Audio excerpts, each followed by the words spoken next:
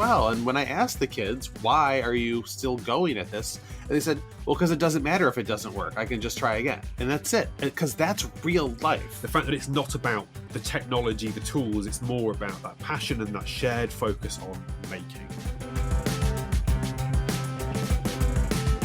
Welcome to Hello World, a podcast for educators interested in computing and digital making. I'm Carrie Anne Philbin, a computing educator, content creator, YouTuber, and lover of blinky lights and the smell of laser-cut balsa wood. And I'm James Robinson, a computing educator, passionate maker, and adult fan of Lego. I'm working on projects promoting effective pedagogy within the subject, such as our recently published Big Book of Computing Pedagogy, which is available digitally for free at helloworld.cc/Big Book. If you want to support our show, then subscribe wherever you get your podcasts and leave us a 5-star review. Today I have a cold, but that doesn't matter. We're still going to have a great show talking about makerspaces. What are they? What role do they play in the classroom? So James, I don't know how familiar you are with makerspaces, but what's your description of a makerspace?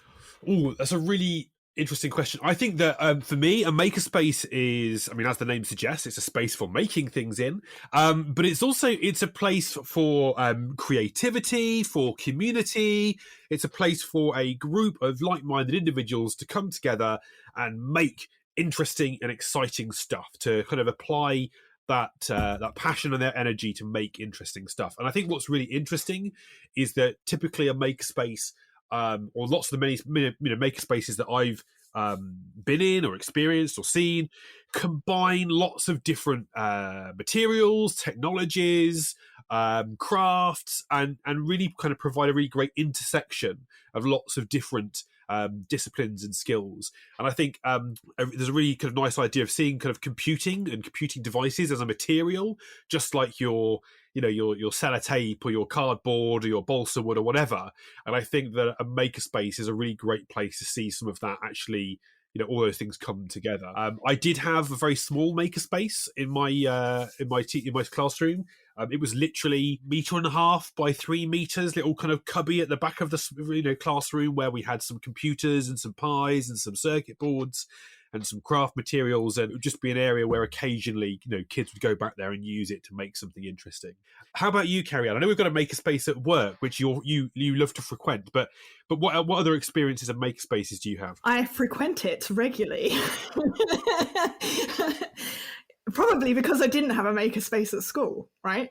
My makerspace, I think, was probably just the drawer in my desk, probably the biggest drawer in my desk that was full of, as you've described, kind of small circuitry, lots of jumper wires, LEDs like there's no tomorrow, resistors of which had fallen out of any sort of packet that described what type of resistor they were. So I became very familiar at reading bands, and just a mess, really.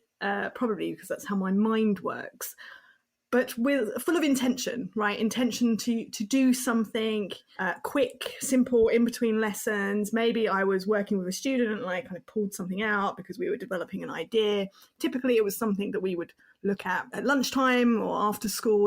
It probably didn't really form big parts of my lessons. But there was nothing really exciting like a laser cutter, which is what we have in our makerspace, or a 3D printer or anything like that. It was very on the kind of bottom end of like craft skills and so on. And probably, much like yours, I imagine, more for me than for the students. Right? Yeah, I think that's true. I really like how you've retro-labelled your sort of drawer of doom, where things went to kind of collect as a makerspace. That's a bit of sort of retconning of what I was there. I've been sussed out. But yeah, I mean, within the makerspace that we have at the office? What's your favourite feature or tool or piece of equipment in there? Yeah, I mean, the laser cutter is like my go-to. There's just so much I can do with it. I might also say the sewing machine is probably my second go-to that's in the makerspace. And it's something that people will often ask me about when I'm in there using it.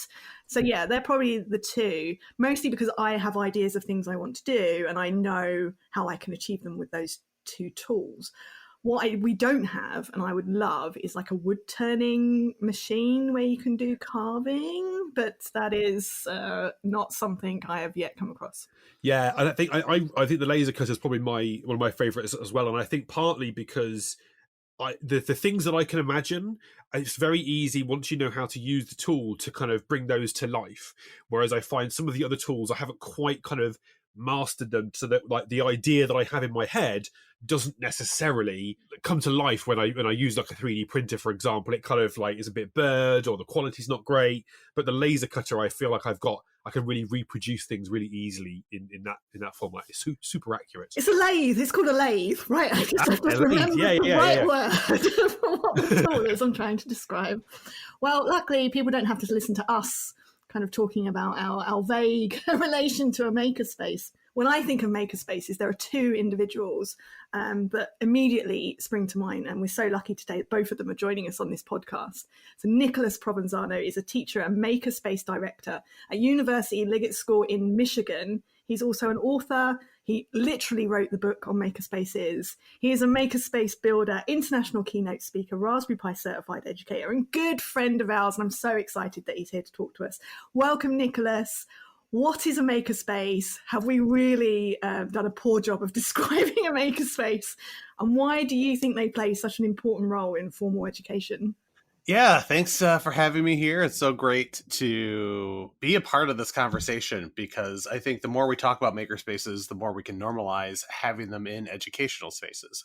So right off the bat, something that stood out to me, that James said, was about like-minded people coming together to do these things. And I love that idea of like-minded people, but sometimes we have to remind everyone what like-minded even means. And you can have people that love to sew and use their sewing machine, or love to knit, sitting right next to people that are coding a pie robot to do something. And I think that's what's so powerful about the space, is that it encourages diversity and creativity. And that too often we try to label things, and when we label things, we start to exclude. And I think making is one of the most inclusive activities in the world, because everyone is a creator. And that's what's so great. And so when we talk about what a makerspace is, Gary Stager, who's a great author, great proponent of creativity, says like the best makerspace is between your two ears. And that's sort of like this idea that sometimes educators don't get started with the idea of making because they think, I don't have a space. And so they think that's where it ends, where if I don't have a space, therefore I can't do this. And so one of the things that I'm an advocate for is the idea of a maker mentality, is that if you have that belief, that pedagogical belief about what making is, everywhere is a makerspace. And if we look at our primary grades, the entire room is a makerspace. The way that our young educational systems around the world are set up in kindergarten, so 6th, 7th, 8th graders, it's all about creating and making and learning. And so I always talk to those young pre-K primary teachers and say, you're the original makerspace creators. You're the original makerspace directors. Like, you've been managing art supplies, craft supplies for decades. And then the rest of us older people teach older grades look at that and finally acting as if this is a brand new idea. I'm going to create a room that's full of crafts and full of tools, and the kids are going to demonstrate their understanding with them. And it's funny because it's not a new idea, right? And a lot of things in education just sort of cycle through, like a new idea, then it's an old idea, people forget, and they bring it back.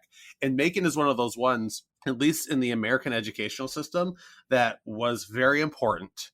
And then as the country moved more towards testing, a lot of those maker style classes, wood shop, electronics, were just tossed to the side because they couldn't be assessed in a multiple choice style assessment. So now we're seeing a return to this. And so when I showcase the space at our school to parents, a lot of them say, oh, I had this in school. It was wood shop. It was so great. And, this is, oh, my wood shop teacher would be so jealous that you have a CNC machine or that you have a laser cutter here. And so when I share the space to parents, I usually call it Woodshop 2.0 to some degree, because a lot of those things that we did back in the day, like I said, are now happening, and parents are all for it because that's the educational experience that they had, and the skill sets that you learn, what we might call soft skills, or life skills are so fundamentally important. So for all of the people out there that look around their school and don't have any room, your makerspace could be a cart.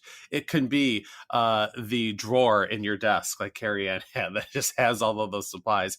And especially with the advances in digital making, it could be just some devices, and kids can code and create digitally as well without the need for a gigantic space. So I think the diversity in what maker spaces look like is the most important thing to share with people, because I always tell people that if you try to recreate my maker space, it's probably going to fail, because your students deserve a space that meets their needs, and my students deserve a space that meets their needs. And trying to replicate that is tough long term. There's a huge amount to unpack there, Nick. You've said so much, and and I think you're clearly very passionate about this. Well, something that really kind of struck a chord with me was the idea that the inclusive nature of making, and that maker mentality, and the fact that in modern times we might think about maker spaces as having all of these fancy tools, your CNC machines, your laser cutters, your 3D printers, but actually the inclusive nature of making means that, regardless of the tool that you are using, the technology, how advanced it is, as long as you're making something, you're welcome. You're part of that community of makers. And I think that's something really powerful and welcoming. Also joining us today is Chris Hillage, Assistant Principal at Beaumont Collegiate Academy, where he's also founder and director of Fab Lab Warrington, which has been serving the local community since 2016. Great to have you with us today, Chris. Can you tell us a little bit more about how Fab Lab Warrington came about? Thanks very much, James. So we started on this journey along to the Fab Lab probably about 7 years ago. The school that I work in is part of a trust, but my particular school is situated in an area of particular socio-economic deprivation, and we're surrounded by tech and STEM industries. But what we weren't seeing was many of our children moving on to those careers. They didn't have the networks within their families, within their personal networks, in order to support them to get into those careers. So we looked at what we could do in order to put some steps in place for that to happen and support more of our children into kind of high value, rewarding STEM careers. So where we started was with the Coder Dojo organization, which is worldwide now. But we started very small, as you mentioned before, with things like kids coding Scratch, kids coding on physical computing of various kinds, with about 6 kids in a room. So it was very much an organic process. And as we developed, the dojo got bigger and bigger. We brought in far more technology to kind of hook as many children in as we could. So virtual reality and drone technology, 3D printing. And this was great. The kids were loving it. And there was, we were getting about 150 kids once a month into the school. The vibe was amazing. And there was a really positive atmosphere around the dojo. But what we weren't really seeing were the professionals that we wanted to interact with our teachers and with our students, who could kind of upskill, and that kind of idea of cross-fertilization from the professionals who were working in industry to work with our students. So we looked at what we could do, and what we thought would be useful would be a community resource, brought the best of the dojo, but also brought in some kind of digital fabrication as well. So we took a while planning it, and like most things, it started small and has kind of snowballed into quite a big affair now. But we started with some 3D printers, and we worked with the kids, and slowly but surely we got more and more small and medium enterprises coming in, wanting to use the 3D printers, wanting to use the laser cutter. So we put some bids together, and we bought a large bed CNC, and that brought a whole different audience in, because that was probably, of its size, one of very few that are available to the public. And before we knew it, we had a community, and we've referred back to a community already in our conversation, because for me, that's what the Fab Lab is all about. It's a community of different people. Some will be kids from the school, some will be locals who are interested in making and creating, some will be from businesses, some will be professionals who want to give something back to an organisation. And before you know it, you've got a really good mixture of people in a building surrounded by equipment, everything from your hand tools, your basic hand tools, through to creative stuff around printing T-shirts or drone technology or the CNC. And the projects that have come from that have been, absolutely amazing. And it's one of those things that's, I can't remember the phrase, but it's much more than a sum of its parts, if you will. And so what are the benefits of having, a small makerspace or a large makerspace like you have with the Fab Lab in Warrington? From both of your perspective, what are the benefits that you're seeing for your students? So the benefits that we're seeing is the continual development and understanding of the opportunities within STEM for our students. That was the main driver why we kind of got going with this process in the first place. And the idea that STEM and those kind of skills and the soft skills that Nick mentioned earlier reach into every aspect of our life, and the more time that our children can spend with informed teachers, well-informed teachers and professionals from industry, the better their skill set will be. And not just the skill set around STEM and technology and using a CNC, for example, but also those other, the softer skills around influence and getting your ideas across and communicating. Those are what we've really seen develop, and especially in partnership with some of our industry, our friends in industry as well. It's been, it's been quite a journey for the school and for the children as well. For me, when I started at my current position at my school, my number one thing was to increase the number of girls and students of color that were involved in the STEAM initiative that I was really rolling out from scratch. And the studies will show you is where we are in our grades of about ages 10, 11, 12, 13 is when girls start to shift away from the sciences because it's viewed as, well, it's a boy thing, and I'm going to focus more on the arts. And so I was at a critical spot where I knew, like, this is the time. And if I lose them here, they're gone as they advance into their other grades. It's very tough to get them back. And so one of my base initiatives was just to create an atmosphere that was welcoming to everyone. There's this myth that you need pink tools and jewelry making supplies to encourage girls to use makerspaces or to utilize these things, and it's just insulting. Like, I've had even girls in class say how insulting it is. Like, they saw an ad and it was selling pink tools and it showed like, why does the color of the tool matter? And I said, it doesn't. It doesn't at all, obviously. But what was really good about this space is, one, allowing them to feel that they belonged and that they had access to the same tools as everyone else. If they wanted to use the miter saw, they could use the miter saw, absolutely.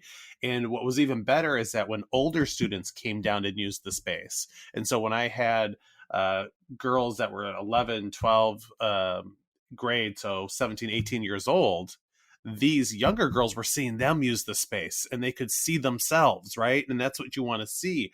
And all of this work has led to our robotics team at the middle school being led by girl coders and girl drivers. And we won the competition that we had on Sunday with an all girls driven team. And it makes my heart so happy because it was just a diverse group of girls and girls of color involved in STEM and STEAM. The mentors were the high school girls that were supporting them. It was like this beautiful end cap to like a 5-year process to what is possible. And all I did was just give kids access to materials and made them feel like they belong. And so when we talk about inclusivity, we have to think about those underrepresented groups who just don't see themselves. But now I've got a collection of young ladies that will be able to inspire younger students that they can do it. And that's my biggest takeaway so far about the value of a space like this as we look to really diversify these fields, as you said, that we just don't see the same type of representation as we would like. Yeah, absolutely. Just to echo what Nick had said, we were in a similar but different situation from the idea of kind of socioeconomic deprivation, but getting kind of more girls interested into the STEM. And like you say, that age of 11, 12, 13 is absolutely key time to kind of hook their interest. And we tried and failed several times to kind of increase the number of girls who were involved in our STEM stuff. And it was a real challenge. And then one of the projects that we were doing, we were contacted by a local family whose son has been born with a shortened forearm, and they had a 3D print file for a prosthetic, but no way to produce it. So we produced it for them, and that kind of flipped a switch in a lot of kids who wouldn't necessarily be interested in STEM because they could see the actual real world value of it. of the technology and the idea of this rapid prototyping, that you go from something that's up on the screen to something that's tangible and you can hold in your hand within a few hours. And I think that really that made a real shift for us in terms of the number of girls that we had involved in the STEM. So I've been fortunate enough to visit your Fab Lab. You had Dojo Con there a few years ago, and what really inspired me was that the talk and the presentation of the Fab Lab was given by young people who were running workshops for other people in that Fab Lab space, and that really kind of blew me away, because not only were they kind of learning those STEM skills that you've talked about, but they were also learning skills that they can use in life, where they were demonstrating leadership skills and they were presenting. And they told me the story that you've just told me about the prosthetic limb 3D printing, which was amazing. So that must give you a lot of pride as well in your community, that you are sort of building leaders in this space. Yeah, absolutely. And I think it's an opportunity for a different kind of kid to shine in school as well, I think is really important. I like sports and there are lots of kids who do like sports, but I think sometimes those kids get plenty of celebration. The football team wins and everybody knows about it. But then what we've also got in the background is kids who've got some skills and talents around technology and STEM and might be quietly getting on with it in their bedrooms, coding. And I remember speaking to a year 11 boy, 16-year-old, who was just about to leave school, very quiet lad. And I'd wanted him to get involved in the dojo. I didn't think he knew much about computers, but he was a nice kid who wanted to kind of bring out of his shell a bit. And what he told me is that for the past couple of years, he'd been coding mods for Minecraft and making about £1,000 a month. He's earning as much as some of the staff in the school from what he already knew. And that kind of blew me away. The fact that here's a lad who's clearly got some enterprise skills. He's clearly got some get up and go. And we kind of missed that. And that kind of made it kind of really concrete to get more of those kids involved and get them in front of people. Yeah, just to echo that, there are so many kids who feel like they don't belong in school because the things that they like are not part of the traditional curriculum. And just like you said, I have kids when we roll out Minecraft in our design class that are just wizards. And the quietest of kids, like, oh, I just spent, a few hours rebuilding the school. Like, here's our school in Minecraft. And what's great about makerspaces is that it allows all of those kids to feel like they belong in the school. And that's one of the things that I think is so important about these spaces, whether they're in the community because the schools can't or won't put together a space like this, or whether it is in the school, it validates those kids. And I've had girls come in and just knit, and that's what they wanted to do. And they're like, this is the only place you have yarn and we're just going to knit. And I'm like, awesome. And, what's great about it is that one of the things we don't talk about in general in education, but that Maker Ed really supports, is mental health. So many of us create as a way to cope. And I know I do all the time. And I get lost in my workshop and I'm just like covered in sawdust and end with a project. And I'm just like, oh, I just worked out some stuff, didn't I? And students are the same way. And there are so many that have come down like, I'm just coming down to draw, color, paint, work with the Play-Doh, whatever it is. And I think that's another thing that we're starting to see, especially coming out of lockdowns, how many kids needed this space to create as a way to work through some things that they were going through. That's a really important point, Nick. I think what you say is so true. Many of us who make, they do that to support mental health, to to go somewhere, to occupy their hands making something, and the whole time your brain's kind of processing the day or reflecting on other things, and you can make many breakthroughs just because you're sitting there making and crafting something, and your brain's just free to kind of wander. I think is yeah. What I think both of you have talked a little bit about is the kind of the softer skills and the role models that we're creating, and almost a sense that once you kind of establish this community, this mentality, this ethos in your community, it becomes kind of almost self-perpetuating, right? Because you create the role models that then are going to inspire the next kind of cohort of learners, the next part of your community, and then you're going to get people that really want to come to your makerspace, but you haven't got this tool or this setup or this activity, and then you go and buy that, and then it's just this sort of constantly kind of snowballing and expanding kind of thing. I had a question for both of you, which I didn't actually share beforehand, but I was curious. How do you utilize the makerspaces within like the curriculum? Are they sort of, part of formal curricula, or do students have timetabled lessons in them? Is it solely extracurricular activity? And I would be interested if there are sort of difference between, like, two different educational systems. So who wants to answer that first? I could jump on that one. So as part of our space, one of the things that the school really wanted me to do was to create a class that utilized the space. And I had some very strong opinions on what this class would look like, and stipulations. And one is that it wasn't going to be a makerspace class. This wasn't a class where I'm going to teach a kid to use a 3D printer. I wasn't going to teach a kid to do these things. It was going to be focused on design, critical thinking, problem solving. And I primarily use the design thinking model, but also the engineering design model with the kids, because it's all about problem solving, because those are skills that are applicable in other content areas. Plus, I firmly believe that not every single student wants to 3D print. Like, that's just, you don't. And some kids, will want to 3D print, and they'll learn to 3D print because it's intrinsic, right? So part of it for me was, I am not teaching a makerspace class. I'm teaching a problem solving, design thinking class. The second part was that I refused to grade anything that happened in the class. There were no grades.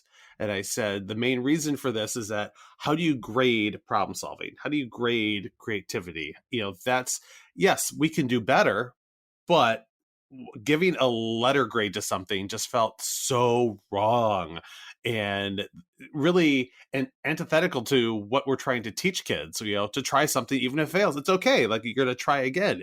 And so I was surprised when they agreed to my stipulations, because it's not normal education, right? That's just not the traditional style. What do you mean you're not going to give grades?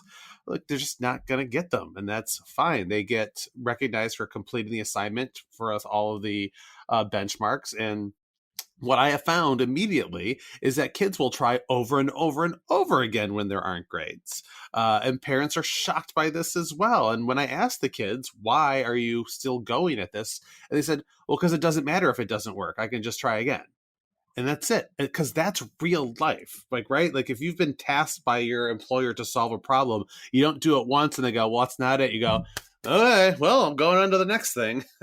That's not real life. You try until you get the feedback, and you try over and over again. So it's part of our curriculum in the sense that every single student will take this design class in their time through the middle school.